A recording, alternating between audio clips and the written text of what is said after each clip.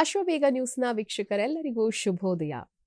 ಪ್ರತಿದಿನ ಈ ಕಾರ್ಯಕ್ರಮದಲ್ಲಿ ಪಂಚಾಂಗದ ಭವಿಷ್ಯ, ರಾಶಿ ಭವಿಷ್ಯಗಳ ಫಲಾಫಲ ಯಾವ ರೀತಿಯಾಗಿರುತ್ತೆ, ಇದರ ಜೊತೆಗೆ ಧಾರ್ಮಿಕ ಚಿಂತನೆಗಳಿಗೆ ಸಂಬಂಧಪಟ್ಟಂತೆ ವಿಶೇಷ ಮಾಹಿತಿಯನ್ನು ಹೊತ್ತು ತರುವಂತಹ ಕಾರ್ಯಕ್ರಮವೇ ಅಶ್ವಜ್ಯೋತಿಷ್ಯ. ಈ ಅಶ್ವಜ್ಯೋತಿಷ್ಯದಲ್ಲಿ ಇವತ್ತು ಬಹಳ ವಿಶೇಷವಾಗಿ ಬೆಳಿಗ್ಗೆ ಸೂರ್ಯ ನಮಸ್ಕಾರ ಮಾಡುವುದು ಯಾಕೆ, ಇದರ ಮಹತ್ವ ಏನು, ಈ ವಿಚಾರದ ಬಗ್ಗೆ ಸಾಕಷ್ಟು ಮಾಹಿತಿನ ತಿಳಿಸಿಕೊಡೋದಿಕ್ಕೆ ನಮ್ಮ ಜೊತೆಗೆ ಕಾರ್ಯಕ್ರಮದಲ್ಲಿ ಇವತ್ತು ಭಾಗಿಯಾಗ್ತಾ ಇದ್ದಾರೆ ಧಾರ್ಮಿಕ ಚಿಂತಕರಾದಂತಹ ಶ್ರೀ ವೆಂಕಟರಮಣ ಭಟ್ ಗುರೂಜಿಯವರು. ಬನ್ನಿ ಅವನ ಕಾರ್ಯಕ್ರಮಕ್ಕೆ ಆದರದಿಂದ ಬರಮಾಡಿಕೊಳ್ಳೋಣ. ಗುರುಗಳೇ, ಕಾರ್ಯಕ್ರಮಕ್ಕೆ ಆದರದ ಸ್ವಾಗತ. ನಮಸ್ಕಾರ. ಗುರುಗಳೇ, ಇವತ್ತು ಗುರುವಾರ, ಈ ದಿನದ ಪಂಚಾಂಗದ ವಿಶೇಷತೆಯನ್ನು ಮೊದಲಿಗೆ ತಿಳಿಸಿಕೊಡಿ ಗುರುಗಳೇ. ಶ್ರೀ ಗುರುಭ್ಯೋ ನಮಃ. ಹರಿ ಓಂ. ಗುರುಬ್ರಹ್ಮ ಗುರುರ್ವಿಷ್ಣು ಗುರುರ್ದೇವೋ ಮಹೇಶ್ವರಃ, ಗುರು ಸಾಕ್ಷಾತ್ ಪರಂ ಬ್ರಹ್ಮ ತಸ್ಮೈ ಶ್ರೀ ಗುರವೇ ನಮಃ. ಏಕ ಏವ ಪರಬ್ರಹ್ಮ ಪರಮಾತ್ಮ ದಿಗಂಬರಃ, ಸ್ವಯಮೇವ ಗುರು ಸಾಕ್ಷಾತ್ ಸುಬ್ರಾಜಃ ಪಾತು ನಃ ಸದಾ. ಕಾರುಣ್ಯಮೂರ್ತಿಂ ಕಮನೀಯ ರೂಪಂ ದಿಗಂಬರಂ ಯೋಗಿ ಗಣೈಃ ಸುಪೂಜ್ಯಂ, ಸ್ವಭಕ್ತರಕ್ಷಾರ್ಥಕೃತಾವತಾರಂ ಸುಬ್ರಾಜರಾಜಂ ಶರಣಂ ಪ್ರಪದ್ಯೆ. ಶ್ರೀಪಾದರಾಜಂ ಶರಣಂ ಪ್ರಪದ್ಯೆ. ದತ್ತಾತ್ರೇಯೋ ಮಹಾಯೋಗಿ ಭಗವಾನ್ ಭೂತಭಾವನಃ, ಚತುರ್ಭುಜೋ ಮಹಾವಿಷ್ಣುಃ ಯೋಗ ಸಾಮ್ರಾಜ್ಯದೀಕ್ಷಿತಃ. ನಮಃ ಶಾಂತಾಯ ದಿವ್ಯಾಯ ಸತ್ಯಧರ್ಮಸ್ವರೂಪಿಣೆ, ಸ್ವಾನಂದಾಮೃತತೃಪ್ತಾಯ ಶ್ರೀಧರಾಯ ನಮೋ ನಮಃ.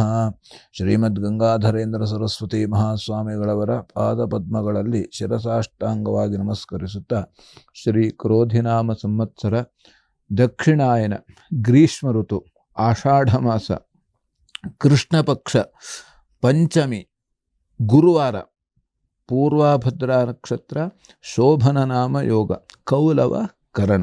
ಇದು ಇವತ್ತಿನ ಪಂಚಾಂಗ. ಸರಿ ಗುರುಗಳೇ, ಈ ದಿನದ ಪಂಚಾಂಗದ ವಿಶೇಷತೆಯನ್ನು ತಾವು ತಿಳಿಸ್ಕೊಟ್ಟಿದ್ದೀರಾ. ಹಾಗೆಯೇ ಗುರುವಾರ ಪಠಿಸಬೇಕಾದಂತಹ ಮಂತ್ರ ಅಥವಾ ಶ್ಲೋಕ ಯಾವುದು ಉತ್ತಮ ಅಂತ? ಓಂ ಬೃಹಸ್ಪತೆ ಅತಿಯದರ್ಯೋ ಅರ್ಹಾದ್ಯುಮದ್ವಿಭಾತಿ ಕ್ರತುಮಜ್ಜನೇಷು, ಯದ್ದೀದಜಚ್ಛವ ಸರ್ತ ಪ್ರಜಾತ ತದಸ್ಮಾಸು ದ್ರವಿಣಂಧೇಃ ಚಿತ್ರಂ. ಇಂದ್ರಮರುತ್ವ ಯಃ ಪಾಹಿ ಸೋಮಂ ಯಥಾಶಾರ್ಯಾತೆ ಅಪಿ ವಸ್ಸುತಸ್ಯ, ತವ ಪ್ರಣೀತಿ ತವ ಶೂರಶರ್ಮನ್ನಾ ವಿವಾಸಂತಿ ಕವಯಃ ಸುಜಜ್ಞಾಃ. ಬ್ರಹ್ಮಜಜ್ಞಾನಂ ಪ್ರಥಮಂ ಪುರಸ್ತಾತ್, ವಿಸೀಮತಃ ಸುರುಚೋ ವೇನ ಆವಹ. ಸ ಬುದ್ಧ್ನಿಯಾ ಉಪಮಾ ಅಸ್ಯ ವಿಷ್ಠಾಃ, ಸತಶ್ಚ ಯೋನಿಮಸತಶ್ಚ ವಿವಹ. ದೇವಾನಾಂಚ ಋಷೀಣಾಂಚ ಗುರುಂ ಕಾಂಚನ ಸನ್ನಿಭಂ, ಬುದ್ಧಿಭೂತಂ ತ್ರಿಲೋಕೇಶಂ ತಂ ನಮಾಮಿ ಬೃಹಸ್ಪತಿಂ. ಇದು ಇವತ್ತಿನ ದಿವಸ ಗುರುವಾರ ನಾವು ಹೇಳುವಂತಹ ಶ್ಲೋಕ. ಸರಿ ಗುರುಗಳೇ, ಬಹಳ ವಿಶೇಷವಾಗಿ ಯಾವ ಮಂತ್ರವನ್ನ ಅಥವಾ ಶ್ಲೋಕವನ್ನ ನಾವು ಪಠಿಸಬಹುದು ಅನ್ನುವಂತಹ ವಿಚಾರವನ್ನ ತಾವು ತಿಳಿಸ್ಕೊಟ್ರಿ. ಹಾಗೇನೆ ದ್ವಾದಶ ರಾಶಿಗಳಲ್ಲಿ ಮೊದಲನೆಯ 6 ರಾಶಿಗಳಾದಂತಹ ಮೇಷ, ವೃಷಭ, ಮಿಥುನ, ಕರ್ಕಾಟಕ, ಸಿಂಹ, ಕನ್ಯಾ, ಈ ರಾಶಿಗಳಿಗೆ ಇವತ್ತು ಯಾವ ರೀತಿಯಾದಂತಹ ಶುಭ ಫಲ ಇದೆ, ಅಶುಭ ಫಲ ಇದ್ದಲ್ಲಿ ದೋಷವನ್ನ ಯಾವ ರೀತಿಯಾಗಿ ಪರಿಹಾರವನ್ನ ಮಾಡ್ಕೋಬೇಕು, ಅದನ್ನ ತಾವು ತಿಳಿಸ್ಕೊಡಿ ಗುರುಗಳೇ. ಮೊದಲನೇದಾಗಿ ಮೇಷರಾಶಿ. ಮೇಷರಾಶಿಯಲ್ಲಿ ಇರುವವರಿಗೆ ಇವತ್ತಿನ ದಿವಸ ಶತ್ರುಗಳಿಂದ ತೊಂದರೆ ಬರುವಂತಹ ಸಾಧ್ಯತೆ ಇದೆ. ಇವತ್ತು ಗುರುವಾರ ಆಗಿರೋದ್ರಿಂದ ನಾವು ಇವತ್ತಿನ ದಿವಸ ಗುರಿಯನ್ನು ಮುಟ್ಟಬೇಕು ಅಂತಂದರೆ ಕೆಲವೊಬ್ಬರಿಗೆ ಸ್ವಲ್ಪ ಸಮಸ್ಯೆ ಆಗುವಂಥದ್ದು ಆ ಗುರಿಯನ್ನು ತಲುಪಲಿಕ್ಕೆ. ಗುರುವಾರ ಅಷ್ಟೇ ಗುರಿ ಅಂತಲ್ಲ, ಪ್ರತಿನಿತ್ಯನೂ ನಾವು ಗುರಿಯನ್ನು ತಲುಪಲೇಬೇಕು. ನಮ್ಮ ಮುಂದಿನ ಗುರಿ ಏನಾಗಿರಬೇಕು?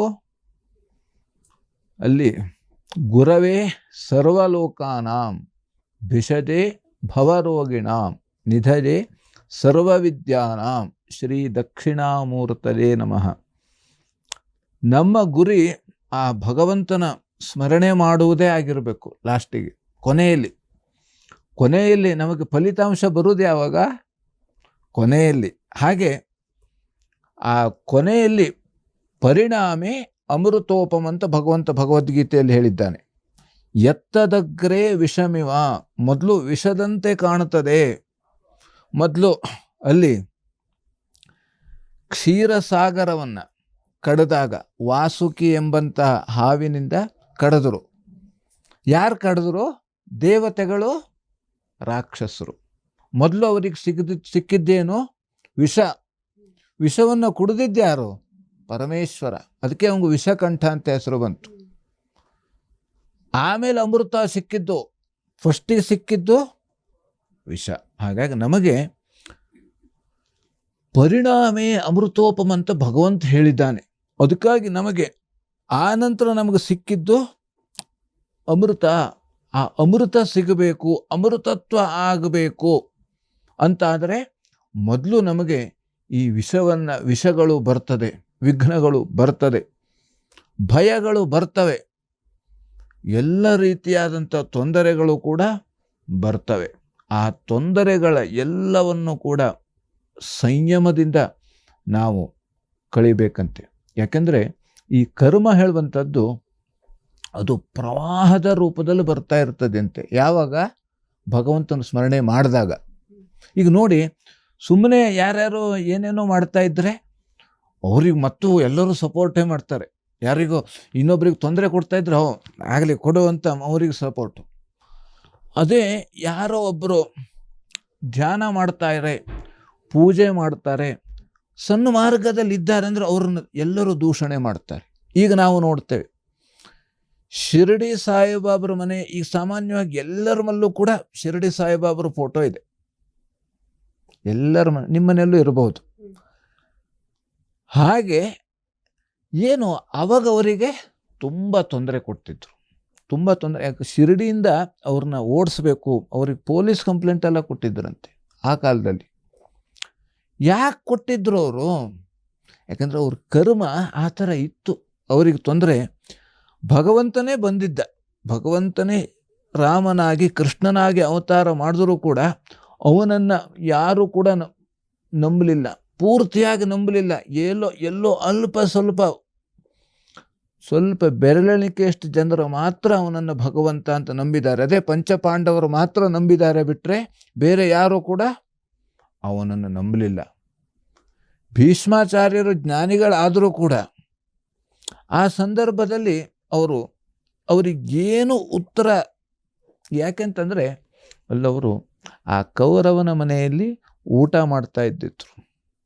ಅದಕ್ಕಾಗಿ ನಾವು ಎಲ್ಲರ ಮನೆಯಲ್ಲೂ ಊಟ ಮಾಡಬಾರ್ದು ಅಂತ ಹೇಳ್ತಾರೆ.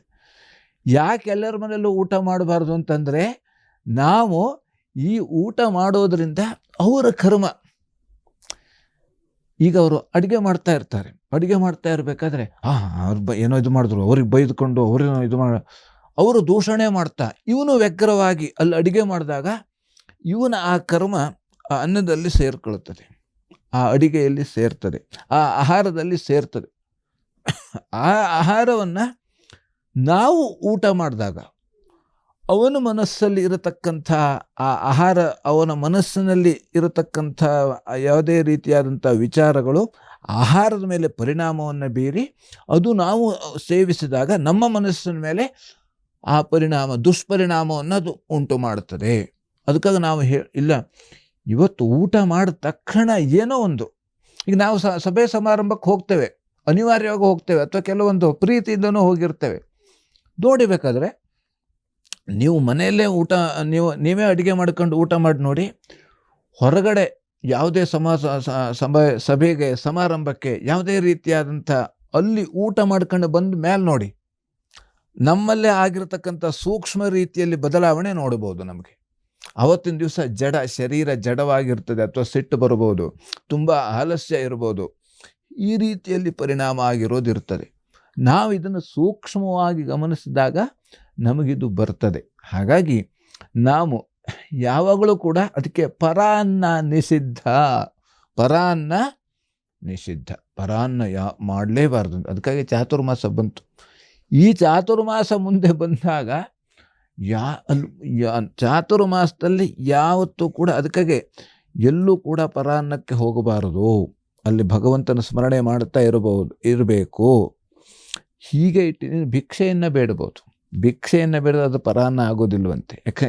ಯಾಕೆ ಭಿಕ್ಷೆ ಬೇಡ್ಬೋದು ಕೇಳಿದ್ರೆ, ಅಲ್ಲಿ ನಾವು ದೇಹಿ ಭವತಿ ಭಿಕ್ಷಾನ್ ದೇಹಿ ಅಂತ ಹೇಳಿದಾಗ ಅಲ್ಲಿ ನಾನು ಹೇಳುವಂಥ ಅಹಂಕಾರ ಹೋಗ್ತಾ ಇರುತ್ತದೆ, ಮಮಕಾರ ಹೋಗ್ತದೆ. ಅದಕ್ಕಾಗಿ ಭಿಕ್ಷೆಯನ್ನು ಬೇಡುವುದು. ಶಂಕರಾಚಾರ್ಯರು ಎಲ್ಲೂ ಕೂಡ ಒಂದು ಕಡೆ ಎಲ್ಲೂ ಒಂದು ದಿವಸ ಅಥವಾ 2 ದಿವಸ ಎಲ್ಲೂ ಕೂತ್ಕೊಳ್ಳಿಲ್ಲ. ಅವರು ಇಡೀ ದೇಶ ಸಂಚಾರವನ್ನು ಮಾಡಿದ್ರು. ಯಾಕೆ? ಇದಕ್ಕಾಗಿ, ನಮ್ಮಲ್ಲಿರತಕ್ಕಂಥ ನಾನು ಹೇಳುವಂಥ ಅಹಂಕಾರ ಹೋಗುವುದಕ್ಕಾಗಿ. ಹಾಗಾಗಿ ಇದೆಲ್ಲ ಬದಲಾವಣೆಗಳು ಆಗಬೇಕು ಅಂತಂದರೆ ನಾವು ಆ ರೀತಿಯಲ್ಲಿ ಸ್ವಲ್ಪ ಭಗವಂತನ ಸ್ಮರಣೆ ಮಾಡ್ತಾ ಹೋದಂಗೆ ನಮಗೆ ಈ ಜಗತ್ತು ಏನು, ಈ ಜಗತ್ತು ಎಷ್ಟು, ಈ ಜಗತ್ತು ಇಷ್ಟೇ ಹೇಳೋದು ಗೊತ್ತಾಗುವಂಥದ್ದು. ಹಾಗಾಗಿ ಇವತ್ತಿನ ದಿವಸ ಮೇಷರಾಶಿಯವರಿಗೆ ಗಾಯಗಳಾಗಬಹುದು. ಹೇಗೆ? ಯಾವುದೇ ಸಣ್ಣ ಪುಟ್ಟ ಪೆಟ್ಟಿನಿಂದ ಗಾಯ ಆಗುವಂಥದ್ದು. ಧನಲಾಭ ಆಗುವಂಥ ಸಾಧ್ಯತೆ ಇದೆ. ವಾಹನ ವ್ಯಾಪಾರಿಗಳಿಗೆ ಅನುಕೂಲ ಆಗತಕ್ಕಂಥದ್ದು. ವಾಹನ ವ್ಯಾಪಾರಿಗಳು ಯಾವುದೇ ರೀತಿಯಂಥ ತೆಗೆದುಕೊಳ್ಳುವಂಥ ವ್ಯಾಪಾರಿಗಳಿಗೆ, ಅಥವಾ ವಾಹನವನ್ನು ಯಾವ ರೀತಿ ತಯಾರು ಮಾಡುವಂಥ ಯಾವುದೇ ಉದ್ಯಮಕ್ಕೆ ಇವತ್ತಿನ ದಿವಸ ಎಲ್ಲ ರೀತಿಯಲ್ಲಿ ಅನುಕೂಲ ಆಗಿದೆ. ಯಾಕಂದರೆ ಇವತ್ತು ಎಲ್ಲರ ಮನೆಯಲ್ಲೂ ಈಗ ವಾಹನ ಇದೆ. ಒಬ್ಬರು 2-3 ಜನ ಇದ್ದಾರೆ ಅಂದರೆ, ಒಂದು ಮನೆಯಲ್ಲಿ 3 ಜನ ಇದ್ದರೆ ಅಲ್ಲಿ 6 ವಾಹನಗಳು ಇರ್ತವೆ. ಹಾಗಾಗಿ ಆ ರೀತಿಯಲ್ಲಿ ನಾವು ಇನ್ನು ಧನ್ವಂತರಿ ಜಪ ಮಾಡುವುದರಿಂದ ಇವತ್ತಿನ ದಿವಸ ಎಲ್ಲ ರೀತಿಯಲ್ಲಿ ಅನುಕೂಲ ಆಗತಕ್ಕಂಥದ್ದು. ಇನ್ನು ವೃಷಭ ರಾಶಿಯಲ್ಲಿರುವವರಿಗೆ ಮಕ್ಕಳಲ್ಲಿ ಕಲಹ ಆಗತಕ್ಕಂಥದ್ದು. ಉನ್ನತ ಶಿಕ್ಷಣದವರಿಗೆ ಇವತ್ತಿನ ದಿವಸ ತೊಂದರೆ ಬರತಕ್ಕಂಥದ್ದು. ಹಾಗೆ ಸಂಧಾನ ವಿಫಲ ಆಗತಕ್ಕಂಥದ್ದು. ಯಾವುದೇ ರೀತಿ ಸಂಧಾನ ಮಾಡಬೇಕು ಅಂತ ನಾವು ಹೋದರೆ ಇವತ್ತಿನ ದಿವಸ ಸ್ವಲ್ಪ ವಿಫಲ ಆಗುವಂಥ ಸಾಧ್ಯತೆ ಇದೆ. ಹಾಗಾಗಿ ಇನ್ನು ಹಾಲು ಹೈನುಗಾರಿಕೋದ್ಯಮಕ್ಕೆ ಇವತ್ತಿನ ದಿವಸ ಲಾಭ ಆಗತಕ್ಕಂಥದ್ದು, ಎಲ್ಲ ರೀತಿಯಲ್ಲಿ ಅನುಕೂಲ ಇದೆ. ಹಾಗೆ ಮೀನುಗಾರಿಕೋದ್ಯಮಕ್ಕೂ ಕೂಡ ಇವತ್ತಿನ ದಿವಸ ಲಾಭ ಇದೆ. ಆದ್ದರಿಂದ ವಿಷ್ಣು ಸಹಸ್ರನಾಮ ಪಾರಾಯಣ ಮಾಡೋದರಿಂದ ಎಲ್ಲ ರೀತಿಯಲ್ಲಿ ಅನುಕೂಲ ಆಗತಕ್ಕಂಥದ್ದು. ಇನ್ನು ಮಿಥುನ ರಾಶಿಯಲ್ಲಿರುವವರಿಗೆ ಬಂಧುಗಳಲ್ಲಿ ಕಲಹ ಆಗುವಂಥ ಸಾಧ್ಯತೆ, ಕೃಷಿ ಸ್ಥಾನದಲ್ಲಿ ತೊಂದರೆ ಬರತಕ್ಕಂಥದ್ದು, ತೀರ್ಥಯಾತ್ರೆ ಮಾಡುವಂಥ ಯೋಗ ಇದೆ. ಹಾಗೆ ಸಾಧು ಸಂತರ ದರ್ಶನ ಮಾಡುವಂಥ ಯೋಗನೂ ಕೂಡ ಇವತ್ತಿನ ದಿವಸ ಇದೆ. ದತ್ತ ಸಹಸ್ರನಾಮ ಪಾರಾಯಣ ಮಾಡೋದರಿಂದ ಎಲ್ಲ ರೀತಿಯಲ್ಲಿ ಅನುಕೂಲ ಆಗತಕ್ಕಂಥದ್ದು. ಇನ್ನು ಕರ್ಕಾಟಕ ರಾಶಿಯಲ್ಲಿರುವವರಿಗೆ ಸಹೋದರರಲ್ಲಿ ಕಲಹ ಬರತಕ್ಕಂಥದ್ದು. ಹಾಗೆ ಸೈನಿಕರಿಗೆ ಇವತ್ತಿನ ದಿವಸ ಅನಾನುಕೂಲ ಆಗತಕ್ಕಂಥ ಸಾಧ್ಯತೆ ಇದೆ. ಹಾಗಾಗಿ ಯಾರೇ ಆದರೂ ಕೂಡ ಸೈನಿಕ ವೃತ್ತಿಯಲ್ಲಿ ಇರತಕ್ಕಂಥವರು ತುಂಬ ಜಾಗ್ರತೆಯಿಂದ ಇರಬೇಕು ಇವತ್ತು. ಇನ್ನು ಶತ್ರುಗಳಿಂದ ತೊಂದರೆ ಬರುವಂತಹ ಸಾಧ್ಯತೆ ಇದೆ. ಹಾಗೆ ನದಿಗಳಿಂದಲೂ, ನದಿ ನೀರು, ಯಾಕೆಂದರೆ ಈಗ ನಾವು ನೋಡ್ತಾ ಇದ್ದೇವೆ, ದಿವಸ ನೋಡ್ತೇವೆ, ನಾವು ಮಾಧ್ಯಮದಲ್ಲಿ TV ಹಚ್ಚಿದ ತಕ್ಷಣವೇ ನೋಡ್ತೇವೆ, ಅಲ್ಲೂ ಅವ್ರು ಹೋಗ್ತಾ ಇದ್ರು ನದಿಯಲ್ಲಿ, ಹಾಗಾಯಿತು. ಇಲ್ಲಿ ನಿಂತ್ಕೊಂಡು ಕಾಫಿ ಕುಡಿತಾ ಇದ್ರು, ಹೀಗಾಯಿತು. ಹೀಗೆ ಇದೆಲ್ಲ ನಾವು ಇಷ್ಟು ನೋಡ್ತಾ ಇದ್ರು, ನಾವು ಮತ್ತೆ ಅಲ್ಲಿ ಆ ನದಿ ನೀರಿನಲ್ಲಿ ನಾವು ಹುಚ್ಚಾಟವನ್ನು ಮಾಡುತ್ತಾ ಇದ್ದೇವೆ. ಈ ಹುಚ್ಚಾಟ ಇದೆಲ್ಲ ನಾವು ಮಾಡಲೇಬಾರ್ದು. ಯಾಕೆಂತಂದರೆ ನಮ್ಮ ಜೀವ ಇದ್ದರೆ ನಾವು ನಾಳೆ ಏನು ಬೇಕಾದ್ರೂ ಸಾಧನೆ ಮಾಡ್ಬೋದು, ಏನು ಬೇಕಾದ್ರೂ ಸಾಹಸ ಮಾಡ್ಬೋದು, ಏನು ಬೇಕಾದರೂ ಪ್ರಧಾನಮಂತ್ರಿನೂ ನಾವೇ ಆಗ್ಬೋದಂತೆ ನಾಳೆ ನಾವಿದ್ದರೆ. ನಾವೇ ಇಲ್ಲ ಅಂದರೆ ಯಾವ ಮಂತ್ರಿನೂ ಇಲ್ಲ, ಯಾವ ಮಂತ್ರನೂ ಇಲ್ಲ ಆಗ್ತದೆ. ಹಾಗಾಗಿ ಆದಷ್ಟು ನಾವು ಈ ಶರೀರವನ್ನು ಆರೋಗ್ಯವಾಗಿ ಇಟ್ಕೊಂಡು ಹೋಗುವುದು ತುಂಬ ಮುಖ್ಯವಾಗಿ ಇರ್ತದೆ. ಇನ್ನು ವಿದ್ಯಾರ್ಥಿಗಳಿಗೆ ಅನುಕೂಲ ಆಗತಕ್ಕಂಥದ್ದು ದತ್ತಮಾಲಾ ಮಂತ್ರ ಪಠಣದಿಂದ ಇವತ್ತಿನ ದಿವಸ ಎಲ್ಲ ರೀತಿಯಲ್ಲಿ ಅನುಕೂಲ ಆಗತಕ್ಕಂಥದ್ದು. ಇನ್ನು ಸಿಂಹರಾಶಿಯಲ್ಲಿರುವವರಿಗೆ ಧನಸ್ಥಾನದಲ್ಲಿ ತೊಂದರೆ ಬರುವಂಥ ಸಾಧ್ಯತೆ ಇದೆ. ಹಾಗೆ ಅನ್ನಸ್ಥಾನದಲ್ಲಿ ತೊಂದರೆ ಬರುವಂಥ ಸಾಧ್ಯತೆ, ಪತ್ರಿಕಾ ರಂಗದಲ್ಲಿ ಇರುವವರಿಗೆ ಇವತ್ತಿನ ದಿವಸ ಅಥವಾ ಮಾತುಗಾರಿಕೆ ಉಪನ್ಯಾಸ ಮಾಡತಕ್ಕಂಥವರು ಇವರಿಗೆ ಸ್ವಲ್ಪ ವ್ಯತ್ಯಾಸ ಆಗುವಂಥ ಸಾಧ್ಯತೆ ಇರ್ತದೆ, ಅನಾನುಕೂಲ ಆಗತಕ್ಕಂಥದ್ದು. ಆದ್ದರಿಂದ ನಾವು ಆದಷ್ಟು ಇವತ್ತಿನ ದಿವಸ ಎಷ್ಟು ಬೇಕೋ ಅಷ್ಟು ಮಾತಾಡಿಕೊಂಡು ಆದಷ್ಟು ಮೌನವಾಗಿರುವುದು ತುಂಬ ಉತ್ತಮ. ಇನ್ನು ಪತ್ನಿಯಿಂದ ಸಹಕಾರ ಸಿಗತಕ್ಕಂಥದ್ದು ಇವತ್ತಿನ ದಿವಸ. ಗೋಸೇವೆ ಮಾಡೋದರಿಂದ ಎಲ್ಲ ರೀತಿಯಲ್ಲಿ ಅನುಕೂಲ ಇದೆ. ಇನ್ನು ಕನ್ಯಾ ರಾಶಿಯಲ್ಲಿರುವವರಿಗೆ ಆರೋಗ್ಯದಲ್ಲಿ ವ್ಯತ್ಯಾಸ ಆಗುವಂಥದ್ದು, ಶಿರೋಬಾಧೆ, ತಲೆನೋವು ಬರತಕ್ಕಂಥದ್ದು, ಹಾಗೆ ತಲೆಗೆ ಸಂಬಂಧಪಟ್ಟಂಥ ಸಣ್ಣ ಪುಟ್ಟ ವ್ಯತ್ಯಾಸ ಆಗುವಂಥ ಸಾಧ್ಯತೆ ಇದೆ. ಯಾಕೆಂದರೆ ನೆಗಡಿ ಈಗ ಸಾಮಾನ್ಯವಾಗಿ ಮಳೆಗಾಲ ಆಗಿರೋದ್ರಿಂದ ಸಾಮಾನ್ಯವಾಗಿ ಎಲ್ಲರಿಗೂ ಥಂಡಿ ಜ್ವರ ಶುರುವಾಗ್ಬಿಟ್ಟದೆ. ಹಾಗಾಗಿ ಆ ಥಂಡಿ ಜ್ವರ ಏನು ಕೇಳಿದ್ರೆ ಒಬ್ಬರಿಂದ ಒಬ್ಬರಿಗೆ ಅದು ಬರೋದು. ಆದಷ್ಟು ನಾವು ಜಾಗರೂಕತೆಯಿಂದ ಬಿಸಿ ನೀರನ್ನೇ ಕುಡಿಬೇಕು. ಎಲ್ಲರೂ ಕೂಡ ಬಿಸಿ ನೀರೇ ಕುಡಿಬೇಕು. ಬಿಸಿಯಾಗಿ ಇರೋದ್ರಿಂದ ನಮಗೆಲ್ಲ ರೀತಿಯಲ್ಲಿ ಅನುಕೂಲ ಆಗತಕ್ಕಂಥದ್ದು. ಇನ್ನು ಶತ್ರುಗಳಿಂದಲೂ ಕೂಡ ತೊಂದರೆ ಬರುವಂಥ ಸಾಧ್ಯತೆ ಇದೆ.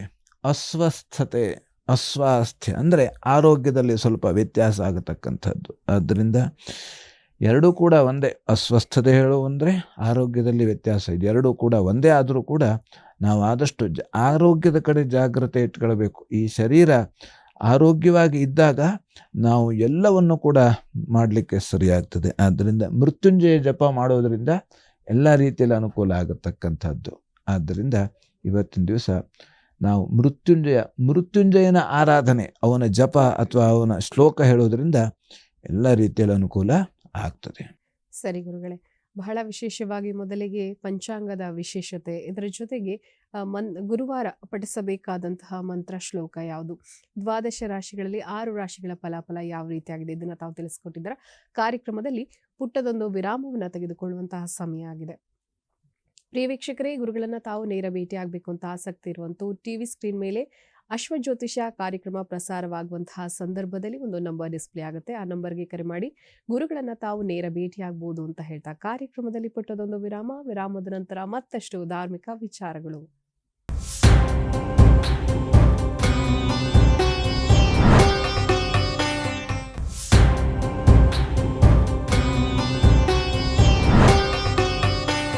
ವಿರಾಮದ ನಂತರ ಅಶ್ವಜ್ಯೋತಿಷ ಕಾರ್ಯಕ್ರಮಕ್ಕೆ ಮತ್ತೊಮ್ಮೆ ಸ್ವಾಗತ. ಗುರುಗಳೇ, ಬೆಳಿಗ್ಗೆ ಸೂರ್ಯ ನಮಸ್ಕಾರ ಮಾಡೋದು ಬಹಳ ವಿಶೇಷ ಅಂತ ಹೇಳ್ತಾರೆ ಆರೋಗ್ಯದ ದೃಷ್ಟಿಯಿಂದ. ಆದರೆ ನಾವು ಅದರ ವೈಜ್ಞಾನಿಕ ಹಿನ್ನೆಲೆ ಏನು, ಆಧ್ಯಾತ್ಮಿಕ ಹಿನ್ನೆಲೆ ಏನು, ಇದರ ವಿಶೇಷತೆ ಏನು, ಮಹತ್ವ ಏನು, ಅದ್ರ ಬಗ್ಗೆ ತಾವು ತಿಳಿಸ್ಕೊಡಿ ಗುರುಗಳೇ. ಒಳ್ಳೆಯ ಪ್ರಶ್ನೆ ಇದು. ಯಾಕೆಂದರೆ ನಾವು ಸೂರ್ಯ ನಮಸ್ಕಾರವನ್ನು ಎಲ್ಲರೂ ಕೂಡ ಮಾಡಬೇಕಂತೆ. ಅದಕ್ಕಾಗಿ ಆರೋಗ್ಯಂ ಭಾಸ್ಕರಾದಿಚ್ಛೇತ್, ನಮಗೆ ಆರೋಗ್ಯವನ್ನು ಕೊಡತಕ್ಕಂಥವನು ಸೂರ್ಯ. ಸೂರ್ಯ ಏಳೋದ್ರೊಳಗಡೆ ನಾವು ಏಳಬೇಕಂತೆ. ಸೂರ್ಯ ಬರೋದ್ರೊಳಗಡೆ ನಾವು ಏಳಬೇಕು. ಯಾಕೆಂತಂದರೆ ಆ ಬೆಳಗಿನ ವಾತಾವರಣದಿಂದ ಆ ಸೂರ್ಯನ ಬಿಸಿಲು, ಆ ಕಿರಣ ಹೇಳುವಂಥದ್ದು, ಅದಕ್ಕೆ ಆ ಕಿರಣ ಅದು ನಮ್ಮ ಮೇಲೆ ಬೀಳಬೇಕಂತೆ. ಆ ಕಿರಣ ನಮ್ಮ ಮೇಲೆ, ಅದಕ್ಕೆ ಈ ಹೊಂಗಿರಣ ಹೇಳುತ್ತಾರೆ. ಆ ಕಿರಣ ನಮ್ಮ ಮೇಲೆ ಬಿದ್ದಾಗ ಎಷ್ಟೋ ರೀತಿಯಾದಂಥ ಈ ಬ್ಯಾಕ್ಟೀರಿಯಾಗಳು ಕೂಡ ನಮ್ಮಲ್ಲಿ ಅದು ಇದ್ದರೆ ನಾಶವನ್ನು ಹೊಂದುತ್ತದೆ. ಅದಕ್ಕೆ ನಮಗೆ ಆ ರೋಗ ನಿರೋಧಕ ಶಕ್ತಿ ಹೇಳುವಂಥದ್ದು ಅದು ಬರ್ತದೆ, ಜಾಸ್ತಿ ಆಗ್ತದೆ ಅಂತೆ. ಯಾಕೆಂತಂದರೆ ನಮಗೆ ಆ ಕಾಲದಲ್ಲಿ ನಾವು ಸೂರ್ಯ ನಮಸ್ಕಾರವನ್ನು ಮಾಡಬೇಕು. ಸೂರ್ಯ ನಮಸ್ಕಾರವನ್ನು ಎಲ್ಲರೂ ಕೂಡ ಮಾಡಬೇಕು. ಯಾಕಂದರೆ ಎಲ್ಲರಿಗೂ ಆರೋಗ್ಯ ಬೇಕು, ಎಲ್ಲರಿಗೂ ಸೂರ್ಯ ಬೇಕು. ಸೂರ್ಯ ಒಂದು ದಿವಸ ಬರಲಿಲ್ಲ ಅಂತಂದ್ರೆ ಏನಾಯಿತು ನಮ್ಮ ಕತೆ? ಈಗ ಅಲ್ಲೆಲ್ಲ ಇದೆಲ್ಲ ಈಗ ನಾವು ನೋಡ್ತಾ ಇದ್ದೇವೆ. ಎಲ್ಲ ಮಳೆ ಎಲ್ಲಿ ಜಾಸ್ತಿ ಆಗಿದೆಯೋ, ಮಳೆ ಜಾಸ್ತಿ ಆದಾಗ ತುಂಬ ಜಾಸ್ತಿ ಬಂದ ಕೆಲವು ಕಡೆ 1 ದಿವಸ 2 ದಿವಸ 3 ದಿವಸ ಎಲ್ಲ ಮಳೆ ಬರ್ತಾ ಇದೆ. ಅಷ್ಟು ಮಳೆ ಬರ್ತಾ ಇದ್ದಾಗ ಅಲ್ಲಿ ಸೂರ್ಯನ ಕಿರಣವನ್ನೇ ಕಾಣಲಿಲ್ಲ. ಏನಾಯಿತು ಕತೆ? ಅವಾಗ ಅದಕ್ಕೆ ಈ ಥಂಡಿ, ಜ್ವರ, ಬೇರೆ ಬೇರೆ ರೀತಿಯಾದಂಥ ಕಾಯಿಲೆಗಳು ಬರೋದು ಅದಕ್ಕಾಗಿ ಆ ಸೂರ್ಯನ ಬಿಸಿಲು ಎಲ್ಲರಿಗೂ ಕೂಡ ಒಳ್ಳೆಯದು. ನಮ್ಮ ಮನುಷ್ಯರಿಗೆ ಮಾತ್ರ ಅಲ್ಲ, ಇಡೀ ಚರಾಚರ ಸಸ್ಯಗಳು, ಪ್ರಾಣಿಗಳು ಏನೇನು ಇದ್ದಾವೋ, ಈ ಭೂಮಿ ಮೇಲೆ ಏನೇನು ಇದ್ದಾವೋ ಅವಕ್ಕೆಲ್ಲರಿಗೂ ಕೂಡ ಸೂರ್ಯನ ಬಿಸಿಲೇ ಮುಖ್ಯ. ಸಸ್ಯಗಳು ಆಹಾರವನ್ನು ತಯಾರಿಕೆ ಮಾಡುವಂಥದ್ದು ಸೂರ್ಯನ ಬಿಸಿಲಿನಿಂದ. ನಾವು ಆಹಾರ ತಯಾರಿಕೆ ಮಾಡ್ಕೊಳ್ಳುವಂಥದ್ದು ಸೂರ್ಯನ ಬಿಸಿಲಿನಿಂದ. ಅದಕ್ಕೆ ಸೋಲಾರ್. ಈಗ ನಮಗೆ ಗೊತ್ತಾಗ್ತಾ ಇದೆ. ಹೀಗೆ ಆ ಸೋಲಾರ್ ಅದು ಎಷ್ಟು ಮುಖ್ಯ ಕೇಳಿದ್ರೆ ಅದರಿಂದ ಯಾವುದೇ ರೀತಿಯಾದಂಥ ಅಪಾಯ ಇಲ್ಲ. ಅದು ಮತ್ತು ಒಳ್ಳೆಯದಂತೆ ಅದು. ಅದಕ್ಕಾಗಿ ನಾವು ಆದಷ್ಟು ಬೆಳಿಗ್ಗೆ ಸೂರ್ಯ ನಮಸ್ಕಾರವನ್ನು ಮಾಡೋದರಿಂದ ಏನಾಗ್ತದೆ ಅಂತಾದರೆ, ನಮಗೆ ವೈಜ್ಞಾನಿಕವಾಗಿ ನಮಗೆ ಒಳ್ಳೆಯ ರೀತಿಯಾದಂಥ ಆರೋಗ್ಯ ಹೇಳುವಂಥದ್ದು ಸಿಗ್ತದೆ. ಆರೋಗ್ಯ, ನಾವು ಏನೇ ಮಾಡೋದಾದರೂ ಕೂಡ ಆರೋಗ್ಯ ಇರಬೇಕು. ಎಷ್ಟು ಸಂಪತ್ತಿರಲಿ, ಆರೋಗ್ಯ ಇಲ್ಲ ಅಂದರೆ ಏನಾಯಿತು ಕತೆ? ನಾವು ಅಲ್ಲಿ ಊಟ ಮಾಡಬೇಕು ಅಂತಾದರೆ ಊಟ ಮಾಡಿದ್ರೆ ಮಾತ್ರ ನಮ್ಮ ಹಸಿವು ಕಡಿಮೆ ಆಗ್ತದೆ. ಊಟ ನೋಡ್ತಾ ಇದ್ರೆ ನಮ್ಮ ಹಸಿವು ಕಾಣುತ್ತದೆಯಾ? ಊಟ ನೋಡ್ತಾ ಇದ್ರೆ ನಮ್ಮ ಹಸಿವು ಇಂಗೋದಿಲ್ಲ. ಊಟ ಮಾಡಬೇಕು. ಊಟ ಮಾಡಬೇಕಾದ್ರೆ ನಾವು ಆರೋಗ್ಯ ಸರಿ ಇರಬೇಕು. ಆರೋಗ್ಯ ಸರಿ ಇರಬೇಕಾದ್ರೆ ಸೂರ್ಯ ನಮಸ್ಕಾರ ಮಾಡಬೇಕು. ಹಾಗಾಗಿ ಇದು ವೈಜ್ಞಾನಿಕ ಕಾರಣ. ಆಧ್ಯಾತ್ಮಿಕ ಕಾರಣ, ನಮ್ಮ ಮನಸ್ಸು ಪ್ರಶಾಂತತೆಯಿಂದ ಇರ್ತದೆ, ನಿಶ್ಚಲವಾಗಿ ಇರ್ತದೆ, ಭಗವಂತನ ಕಡೆ ಮನಸ್ಸಿರುತ್ತದೆ. ಅವಾಗ ನಮಗೆ ಧ್ಯಾನ, ಪ್ರಾಣಾಯಾಮ, ಪೂಜೆ, ಪುನಸ್ಕಾರ, ದಾನ ಅಥವಾ ನಮ್ಮ ಎಲ್ಲ ಕೆಲಸವನ್ನು ಮಾಡಲಿಕ್ಕೆ ಮನಸ್ಸು ಯೋಗ್ಯವಾಗಿ ಇರ್ತದೆ. ಯೋಗ ಸಾಧನೆಗೆ ಅನುಕೂಲ ಆಗತಕ್ಕಂಥದ್ದು. ಸರಿ ಗುರುಗಳೇ, ಬಹಳ ವಿಶೇಷವಾಗಿ ಸೂರ್ಯ ನಮಸ್ಕಾರದ ವಿಶೇಷತೆ ಏನು, ಮಹತ್ವ ಏನು, ಆಧ್ಯಾತ್ಮಿಕ ಹಿನ್ನೆಲೆ ಏನಿದೆ ಮತ್ತು ವೈಜ್ಞಾನಿಕ ಹಿನ್ನೆಲೆ ಏನಿದೆ, ಈ ವಿಚಾರದ ಬಗ್ಗೆ ಉತ್ತಮ ಮಾಹಿತಿಯನ್ನು ತಿಳಿಸ್ಕೊಟ್ಟಿದ್ದೀರಾ. ಹಾಗೆಯೇ ಉಳಿದಂತಹ ರಾಶಿಗಳಾದಂತಹ ತುಲಾ, ವೃಶ್ಚಿಕ, ಧನಸ್ಸು, ಮಕರ, ಕುಂಭ, ಮೀನ ಈ ರಾಶಿಗಳಿಗೆ ಯಾವ ರೀತಿಯಾದಂತಹ ಶುಭ ಫಲ, ಅಶುಭ ಫಲ, ದೋಷ ಇದ್ದವರು ಏನು ಮಾಡ್ಕೋಬೇಕು ಇವತ್ತು, ಅದರ ಬಗ್ಗೆ ತಿಳಿಸ್ಕೊಡಿ ಗುರುಗಳು. ಇನ್ನು ತುಲಾ ರಾಶಿಯಲ್ಲಿರೋರಿಗೆ ಅಧಿಕವಾದಂಥ ವ್ಯಯ ಆಗುವಂಥ ಸಾಧ್ಯತೆ ಇದೆ. ಸ್ವಲ್ಪ ಖರ್ಚು ಜಾಸ್ತಿ ಆಗತಕ್ಕಂಥದ್ದು ಬೇರೆ ಬೇರೆ ಕಾರಣದಿಂದ. ಈಗ ಸಾಮಾನ್ಯವಾಗಿ ಅನಾರೋಗ್ಯದ ಕಾರಣದಿಂದಲೋ ಬೇರೆ ಬೇರೆ ರೀತಿಯಲ್ಲಿ ಖರ್ಚಾಗುವಂಥ ಸಾಧ್ಯತೆ ಇದೆ. ಶತ್ರುಗಳಿಂದ ತೊಂದರೆ ಆಗುವಂಥ ಸಾಧ್ಯತೆ ಇದೆ. ಸಣ್ಣ ಪುಟ್ಟ ಗಾಯಗಳು ಕೂಡ ಆಗಬಹುದು. ಮಕ್ಕಳಿಂದ ಸಹಾಯ ಸಿಗುವಂಥದ್ದು.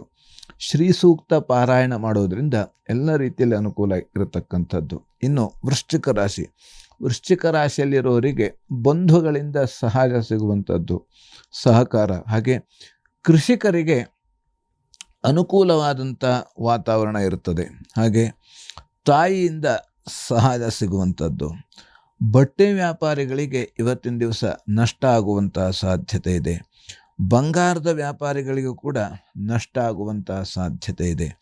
ಲಕ್ಷ್ಮೀನಾರಾಯಣ ಹೃದಯ ಪಾರಾಯಣ ಮಾಡೋದ್ರಿಂದ ಎಲ್ಲ ರೀತಿಯಲ್ಲಿ ಅನುಕೂಲ ಆಗತಕ್ಕಂಥದ್ದು. ಇನ್ನು ಧನುರಾಶಿಯಲ್ಲಿರುವವರಿಗೆ ಸಹೋದರರಿಂದ ಸಹಕಾರ ಸಿಗುವಂಥದ್ದು. ಹಾಗೆ ಸೈನಿಕರಿಗೆ ಅನಾನುಕೂಲ ಆಗತಕ್ಕಂಥದ್ದು. ಸೈನಿಕರಿಗೆ ಇವತ್ತಿನ ದಿವಸ ಅನುಕೂಲನೇ ಇದೆ. ಅನಾನುಕೂಲ ಹೇಳೋದಕ್ಕಿಂತ ಅನುಕೂಲ ಜಾಸ್ತಿ ಇದೆ. ಹಾಗಾಗಿ ಆದಷ್ಟು ಎಲ್ಲ ರೀತಿಯಲ್ಲಿ ಒಳ್ಳೆಯದಾಗ್ತದೆ ಇವತ್ತು. ಇನ್ನು ವೃತ್ತಿಯಲ್ಲಿ ಕಿರಿಕಿರಿ ಆಗುವಂಥ ಸಾಧ್ಯತೆ ಇದೆ. ಯಾವುದೋ ಬೇರೆ ಬೇರೆ ರೀತಿಯಲ್ಲಿ ಕಾರಣದಿಂದ ವೃತ್ತಿಯಲ್ಲಿ ಕಿರಿಕಿರಿ ಆಗುವಂಥದ್ದು. ಆಕಾಶ ಮಾರ್ಗದಲ್ಲಿ ತೊಂದರೆ ಆಗುವಂಥ ಸಾಧ್ಯತೆ ಇದೆ. ದುರ್ಗಾ ಸೂಕ್ತ ಪಾರಾಯಣ ಮಾಡೋದರಿಂದ ಎಲ್ಲ ರೀತಿಯಲ್ಲಿ ಅನುಕೂಲ ಆಗತಕ್ಕಂಥದ್ದು. ಇನ್ನು ಮಕರ ರಾಶಿಯಲ್ಲಿರೋರಿಗೆ ಧನಲಾಭ ಆಗುವಂಥ ಸಾಧ್ಯತೆ ಇದೆ. ಮೃಷ್ಟಾನ್ನ ಭೋಜನ ಹಾಗೆ ಪತ್ರಿಕಾ ರಂಗದಲ್ಲಿ ಇರುವವರಿಗೆ ಇವತ್ತಿನ ದಿವಸ ಅನುಕೂಲ ಆಗತಕ್ಕಂಥದ್ದು. ದಾನ ಧರ್ಮಗಳಲ್ಲಿ ಕೂಡ ತೊಂದರೆ ಬರುವಂಥ ಸಾಧ್ಯತೆ ಇದೆ. ತೀರ್ಥಯಾತ್ರೆಯಲ್ಲಿ ತೊಂದರೆ ಆಗುವಂಥ ಸಾಧ್ಯತೆ ಇದೆ. ಗೋಸೇವೆ ಮಾಡೋದರಿಂದ ಎಲ್ಲ ರೀತಿಯಲ್ಲಿ ಅನುಕೂಲ ಆಗತಕ್ಕಂಥದ್ದು. ಇನ್ನು ಕುಂಭರಾಶಿಯಲ್ಲಿರೋರಿಗೆ ಆರೋಗ್ಯದಲ್ಲಿ ಸುಧಾರಣೆ ಆಗತಕ್ಕಂಥದ್ದು. ಪೂಜೆ ಮತ್ತು ದಾನ ಧರ್ಮಗಳಲ್ಲಿ ಭಾಗಿಯಾಗುವಂಥ ಸಾಧ್ಯತೆ ಇದೆ. ಇವತ್ತಿನ ದಿವಸ ಸ್ವಲ್ಪ ಮಲಿನ ಆಗುವಂಥ ಸಾಧ್ಯತೆ ಇದೆ. ಅಥವಾ ಮೈಲಿಗೆ ನಾವು ಹೋಗ್ತಾ ಇರ್ತೇವೆ, ಎಲ್ಲೋ ಹೋಗ್ತಾ ಇರ್ತೇವೆ, ನೀರಿರುವಂಥ ಜಾಗ ಅಥವಾ ಕೆಸರಿರುವಂಥ ಜಾಗದಲ್ಲಿ ನಾವು ನಿಧಾನವಾಗಿ ಹೋಗ್ತಾ ಇರ್ತೇವೆ. ಯಾರೋ ಬಂದು ಅಥವಾ ಯಾರೋ ಗಾಡಿ ಹೊಡ್ಕೊಂಡು ಹೋಗ್ಬೋದು, ಅದರಿಂದ ನಮಗೆ ಆ ಕೆಸರು ನಮಗೆ ಸಿಡಿಬೋದು. ಅಥವಾ ನಾವು ಎಲ್ಲೋ ಮರದ ಕೆಳಗೆ ಹೋಗ್ತಾ ಇರ್ತೇವೆ, ಮರದ ಕೆಳಗೆ ಈಗ ಪಕ್ಷಿಗಳು ಸ್ವಲ್ಪ ಗಲೀಜು ಮಾಡುವಂಥದ್ದು. ಹೀಗೆ ಆದಷ್ಟು ನಾವು ಜಾಗ್ರತೆಯಿಂದ ಹೋಗತಕ್ಕಂಥದ್ದು ತುಂಬ ಉತ್ತಮ. ಇನ್ನು ದೇಹಕ್ಕೆ ಗಾಯಗಳಾಗಬಹುದು. ಹಾಗಾಗಿ ಇವತ್ತಿನ ದಿವಸ ಎಲ್ಲ ರೀತಿಯಲ್ಲಿ ದೇಹಕ್ಕೆ ಪೆಟ್ಟು ಬೀಳುವಂಥ ಸಾಧ್ಯತೆ ಇದ್ದಾಗ ನಾವು ಆದಷ್ಟು ಜಾಗ್ರತೆಯಿಂದ ಹೋಗತಕ್ಕಂಥದ್ದು. ಆದ್ದರಿಂದ ಇವತ್ತಿನ ದಿವಸ ಮೃತ್ಯುಂಜಯ ಜಪವನ್ನು ಮಾಡೋದರಿಂದ ಎಲ್ಲ ರೀತಿಯಲ್ಲಿ ಅನುಕೂಲ ಆಗತಕ್ಕಂಥದ್ದು. ಇನ್ನು ಮೀನರಾಶಿಯಲ್ಲಿರೋರಿಗೆ ದೂರ ಪ್ರಯಾಣದಲ್ಲಿ ತೊಂದರೆ ಆಗುವಂಥ ಸಾಧ್ಯತೆ ಇದೆ. ಪತಿ ಪತ್ನಿಯರಲ್ಲಿ ಕಲಹ ಆಗತಕ್ಕಂಥದ್ದು, ಅಧಿಕ ವ್ಯಯ, ಹಾಗೆ ಕೃಷಿಯಲ್ಲಿ ಕೂಡ ಖರ್ಚಾಗುವಂಥ ಸಾಧ್ಯತೆ ಇದೆ. ಆದ್ದರಿಂದ ಕೃಷಿಯಲ್ಲಿ ಖರ್ಚಾಗ್ತದೆ ಅಂತ ನಾವು ಕೃಷಿಯನ್ನು ಬಿಡುವುದಲ್ಲ.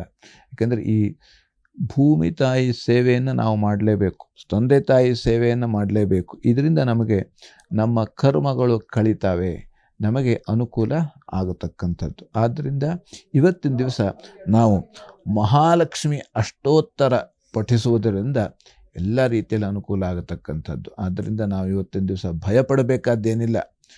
ಎಲ್ಲೇ ಯಾವುದೇ ರೀತಿಯಲ್ಲಿ ವ್ಯತ್ಯಾಸ ಆಗಿದ್ದರೂ ಕೂಡ ಭಗವಂತನ ಸ್ಮರಣೆ ಮಾಡುವುದರಿಂದಲೇ ಸ್ಮರಣ ಮಾತ್ರ ಸಂತುಷ್ಟಾಯ. ಭಗವಂತನಿಗೆ ಏನೂ ಬೇಡವಂತೆ, ಸ್ಮರಣ ಮಾತ್ರದಿಂದ ಸಂತುಷ್ಟನಾಗ್ತಾನಂತೆ.